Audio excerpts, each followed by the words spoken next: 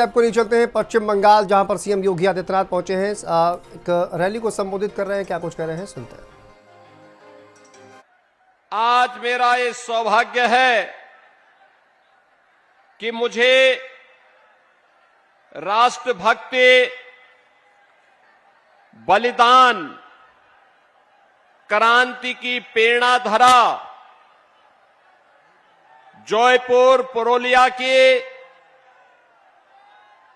इस पावन धरा को नमन करने का सौभाग्य प्राप्त हो रहा है। मैं इस पावन धरा को कोटि कोटि नमन करते हुए आप सभी जयपुर से जुड़े हुए बहन और भाइयों का हृदय से स्वागत करता हूं, अभिनंदन करता हूं। वीरांगना लाइबन्ना प्रभा घोष के शौर्य और बलिदान की साक्षी जयपुर की पावन धरा,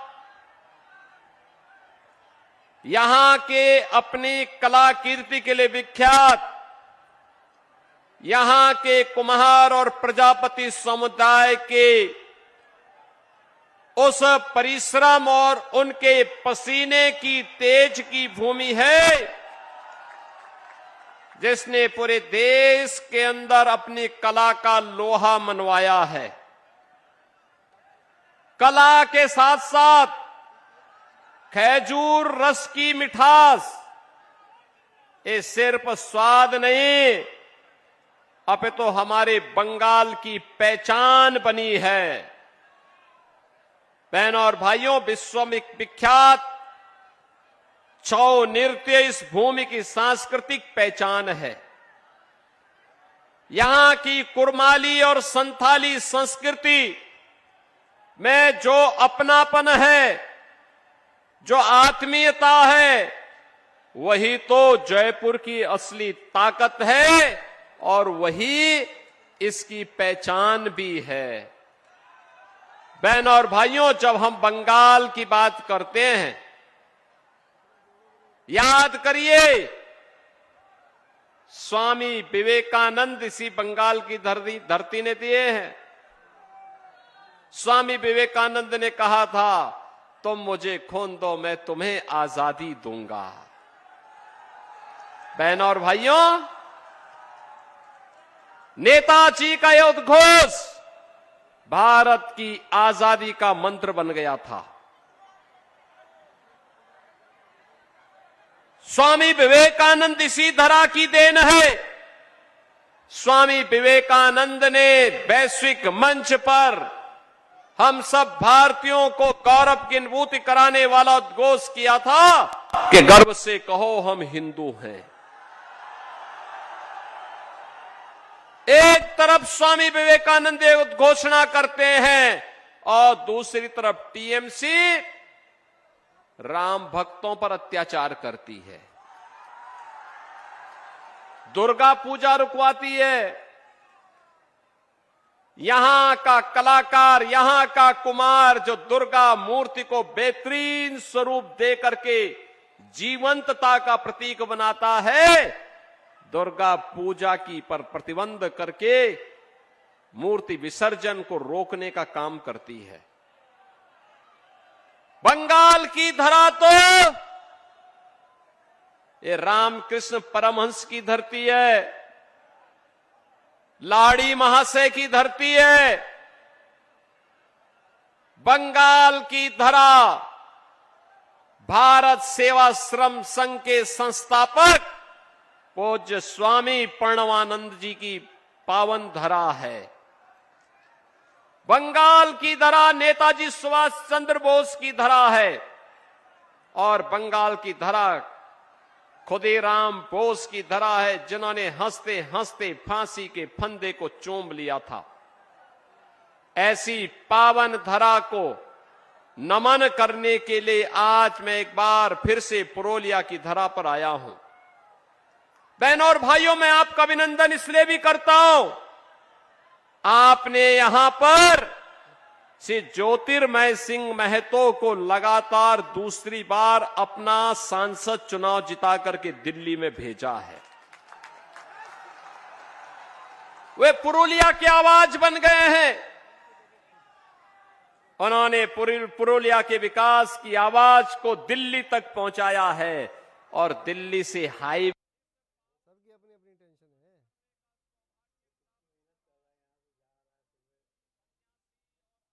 हम तो कह रहे कोई सीएम हो, कोई किसी भी प्रदेश का हो, किसी भी देश का कोई प्रमुख हो, उसके के अंदर डबल इंजन की सरकार चाहिए, क्योंकि अब तक जो पैसा श्री ज्योतिर्मय सिंह महतो पुरुलिया के लिए वहां से स्वीकृत करते हैं, ममता दीदी के टीएमसी के गुंडे वे सब पैसा हजम कर जाते हैं। कोलकाता पहुंचते पहुंचते सारा पैसा वो हजम कर जाते हैं, पुरुलिया नहीं पहुंचने देते। और इसीलिए मैं आप सबसे कहने के लिए आया हूं कि पैसा मोदी जी भेजते हैं, ये हजम कर जाते हैं। इस सरकार ने यहां पे कोल माफिया को, लैंड माफिया को, सैंड माफिया को, कैटल माफिया को प्रश्रय दिया है।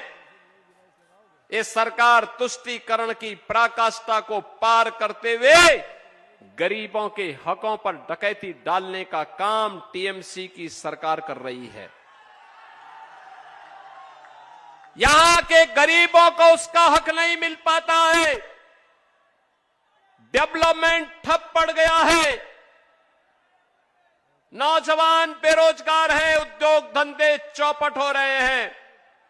जो बंगाल आजादी के समय भारत की अर्थव्यवस्था का ग्रोथ इंजन बनकर के 1/3 अर्थव्यवस्था पर जिस बंगाल का कब्जा था, धीरे धीरे करके उसका शेयर कम होता गया, कम होता गया।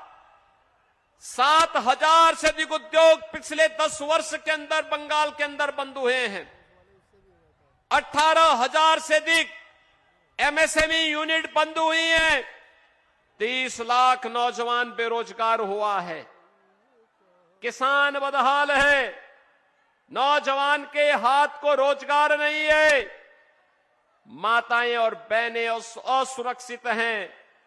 यहां पर अब लव जिहाद और लैंड जिहाद की घटनाएं बढ़ती जा रही हैं। गौ हत्या धड़ल्ले से हो रही है और टीएमसी की ममता दीदी की सरकार मौन बनी हुई है, मौन बनी हुई है। बहनों और भाइयों, कमोवेश जैसी स्थिति बंगाल के अंदर है, यही 2017 के पहले यूपी में भी थी। यूपी में भी ऐसे ही थी। यूपी में अराजकता चरम पर थी, गुंडागर्दी होती थी। पर्व और त्योहार के पहले दंगे शुरू हो जाते थे, कर्फ्यू रहता था, गरीबों के हक को छीन लिया जाता था, लव जिहाद और लैंड जिहाद की घटनाएं घटती थी, गौ हत्या सरेआम होती थी। बहनों और भाइयों, उत्तर प्रदेश में डबल इंजन की सरकार आई, डबल इंजन की बीजेपी की सरकार आई। आज वहां उपद्रव नहीं, उत्सव है, उत्सव। आज यूपी में गरीब को उसका हक मिल रहा है। 65 लाख गरीबों के लिए एक एक आवास बने हैं। 2-2.5 करोड़ से अधिक नागरिकों को शौचालय मिले हैं। 10 करोड़ लोगों को 5 लाख रुपए का आयुष्मान भारत की सुविधा का लाभ मिला है। 16 करोड़ लोगों को राशन की सुविधा का लाभ मिला है। 2 करोड़ लोगों को उज्ज्वला योजना में फ्री में एलपीजी के कनेक्शन मिले हैं। नौजवान के लिए रोजगार है, महिलाओं की सुरक्षा और स्वावलंबन की व्यवस्था है, अन्नदाता किसान के चेहरे पर खुशहाली है। और वहां पर कुम्हार समुदाय के लिए अप्रैल से लेकर के जून तक हर तालाब की मिट्टी फ्री में दे करके उन्हें हम लोगों ने वहां सुविधा का लाभ दिया है। सोलर चाक और सोलर चाक के साथ साथ इलेक्ट्रिक चाक दे करके प्लास्टिक फ्री यूपी करके कुम्हारों के उत्पाद के लिए मार्केट उपलब्ध करवाने का काम किया है। और बहनों और भाइयों, आज यूपी न कर्फ्यू है न दंगा है, यूपी में सब चंगा है। यूपी में सड़कों पे नमाज नहीं पढ़ी जाती है। यूपी में मस्जिदों से अजान की आवाज नहीं आती है। यूपी में तो एक ही नारा गूंजता है, न गौ माता को कटने देंगे न हिंदुओं को बंटने देंगे।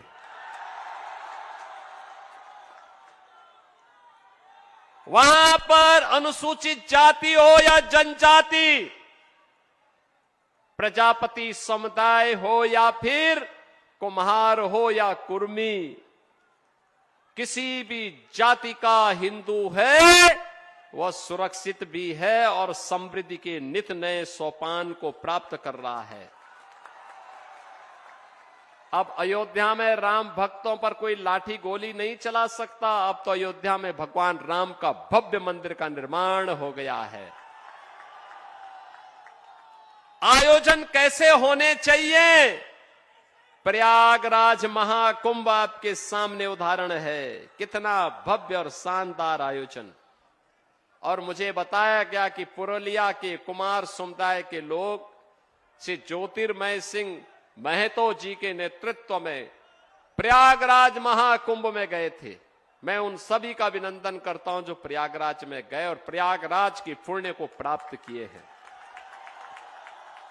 बहनों और भाइयों, ये हमारा दायित्व है। विरासत का संरक्षण करके ही हम विकास कर सकते हैं और उसी विकास की प्रक्रिया को आगे बढ़ाने के लिए आज मैं जयपुर में आपके पास आया हूं, आपका आह्वान करने के लिए।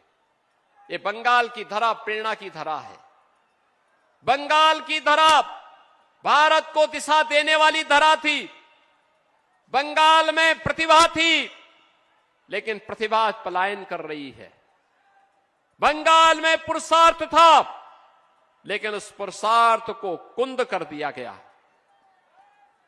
बंगाल में वह सब कुछ था जो बंगाल को भारत के अंदर लीडरशिप देने का मादा रखता था, लेकिन बंगाल को एक साजिश के तहत पहले कांग्रेस ने, फिर कम्युनिस्टों ने, अब टीएमसी ने अव्यवस्था, अराजकता और गुंडागिर्दी का अड्डा बना दिया है। बहनों और भाइयों, मैं आपका आह्वान करने के लिए आया हूं। याद करना, कभी बंगाल की धरती से निकला वंदे मातरम भारत की आजादी का अमर मंत्र बन गया था। और आज मैं आपका आह्वान करने के लिए आया हूं। वंदे मातरम ने भारत को आजाद कराया था। यह वर्ष वंदे मातरम के 150 वर्ष पूर्ण होने के वर्ष है। और इस अवसर पर मैं कहूंगा कि हमें वंदे मातरम के 150 वर्ष पूर्ण होने के उपलक्ष्य में टीएमसी मुक्त बंगाल चाहिए, क्योंकि टीएमसी मुक्त बंगाल का मतलब डबल इंजन की बीजेपी की सरकार, और डबल इंजन की बीजेपी की सरकार का मतलब बंगाल के अंदर अब उन्नयन शुरू होगा, विकास शुरू होगा। विरासत और विकास की इस पावन धरा के लिए आज मैं आपके बीच आया हूं। बहनों और भाइयों, ममता दीदी कहती है कि खेला हो बे, लेकिन मैं ममता दीदी से बोलना चाहता हूं, ए बार खेला शेष, उन्नयन शुरू। अब खेल समाप्त, टीएमसी का खेल समाप्त, अब बंगाल का विकास प्रारंभ होगा। बहनों और भाइयों, यहां पर बीजेपी ने जयपुर से श्री विश्वजीत महतो को अपना प्रत्याशी बनाया है। विश्वजीत महतो इधर आओ भैया, आपका आशीर्वाद मिलेगा विश्वजीत को? दोनों हाथ ला करके बताओ, आपका आशीर्वाद मिलेगा? मिलेगा ना? तो मैं कहूंगा कि आमार सोनार बांग्ला, आप कहेंगे टीएमसी मुक्तो बांग्ला। आमार सोनार बांग्ला, आमार सोनार बांग्ला, आमार सोनार बांग्ला। मैं कहूंगा ओंधकार, आप कहेंगे हाटबे। मैं कहूंगा सुरोज, आप कहेंगे उठबे। मैं कहूंगा कोमल, आप कहेंगे खिलबे। ओंधकार होठबे, ओंधकार सुरोज, सुरोज कोमल, कोमल। मैं कहूंगा पलटाना दोरकार, आप कहेंगे चाई बीजेपी सरकार। पलटानो दोरकार, पलटानो दोरकार।